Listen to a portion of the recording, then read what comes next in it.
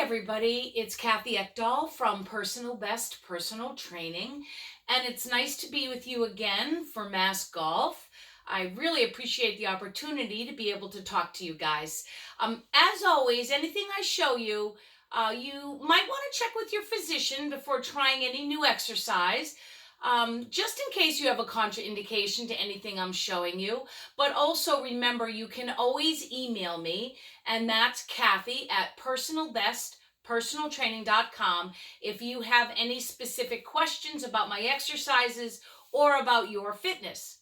So today I want to talk about hip flexors, and I'm going to be writing a blog called Hip Flexor Hell because I find that the hip flexor muscle groups are a big problem for lots of my clients, and especially for people who sit a lot for work or driving.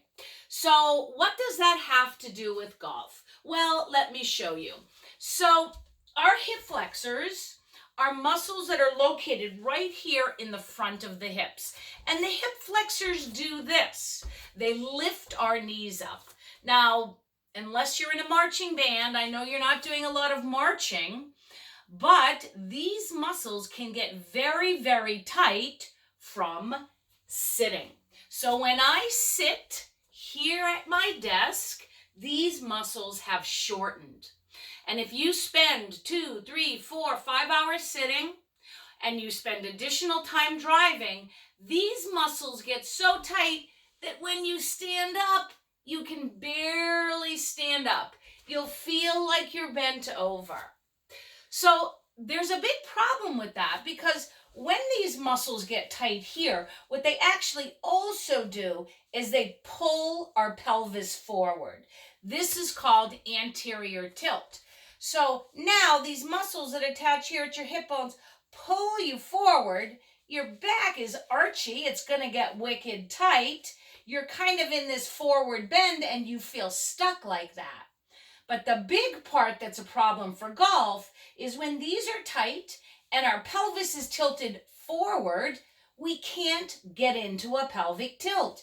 And this motion, with my bum tucked under and my abs tight, is the position we need to have at ball strike. So if you can't have tucked hips, abs contracted at ball strike, you're striking the ball with your bum out. And boy, is that going to hurt your back. And not only is it going to hurt your back, because you can't contract these parts like this, you're not going to get any power.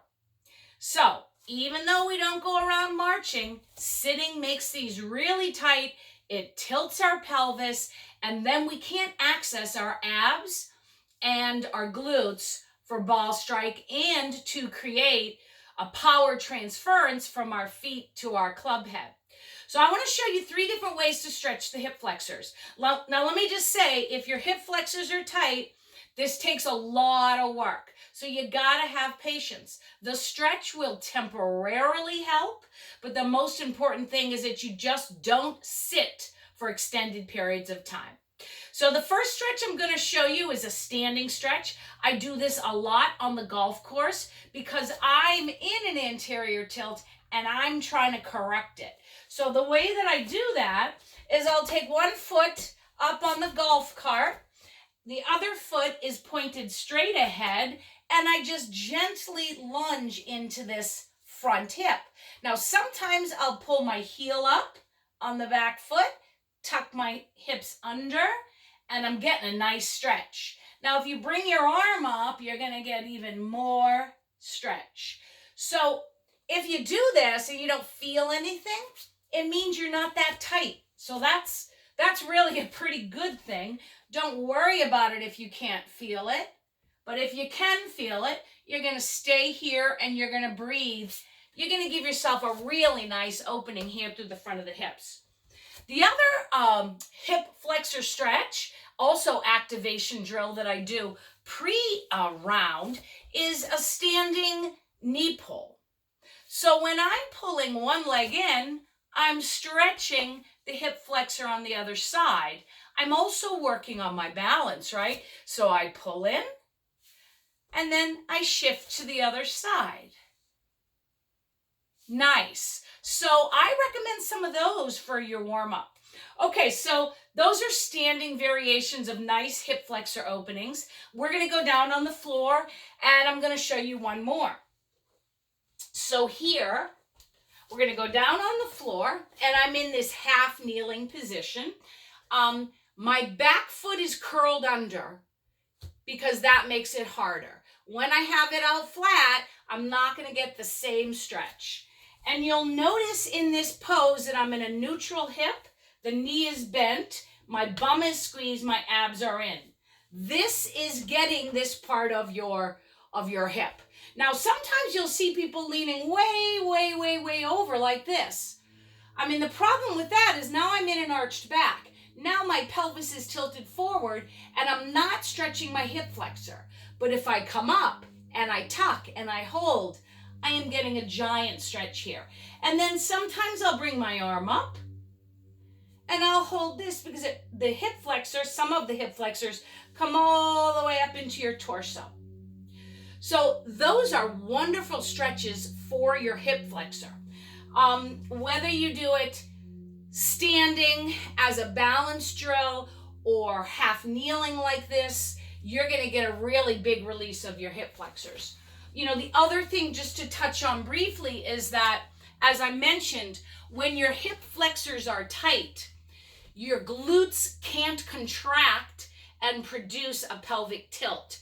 So in addition to stretching your hip flexors, you have to do some bridging to then hold that new stretch. Stretching alone will go right back. The elastic properties of the muscle go right back. But if you can lock that new flexibility in with bridges and planks, then you're going to make headway in changing the position of your hips and potentially changing how you produce power for your golf swing. So that's a real big one, very important. And even though women tend to be more flexible than men, a lot of people from sitting get that tightness there. So give that a shot, see how it goes. You know, we're getting closer to golf season, and my next video, I'm going to show you some med ball drills and some kettlebell swinging that I think will really help you to understand how to create power for golf. So take care, everybody. Have a great couple weeks, and I will see you soon. This is Kathy Ekdahl from Personal Best Personal Training for Mass Golf, the Up and Down newsletter. Thanks again.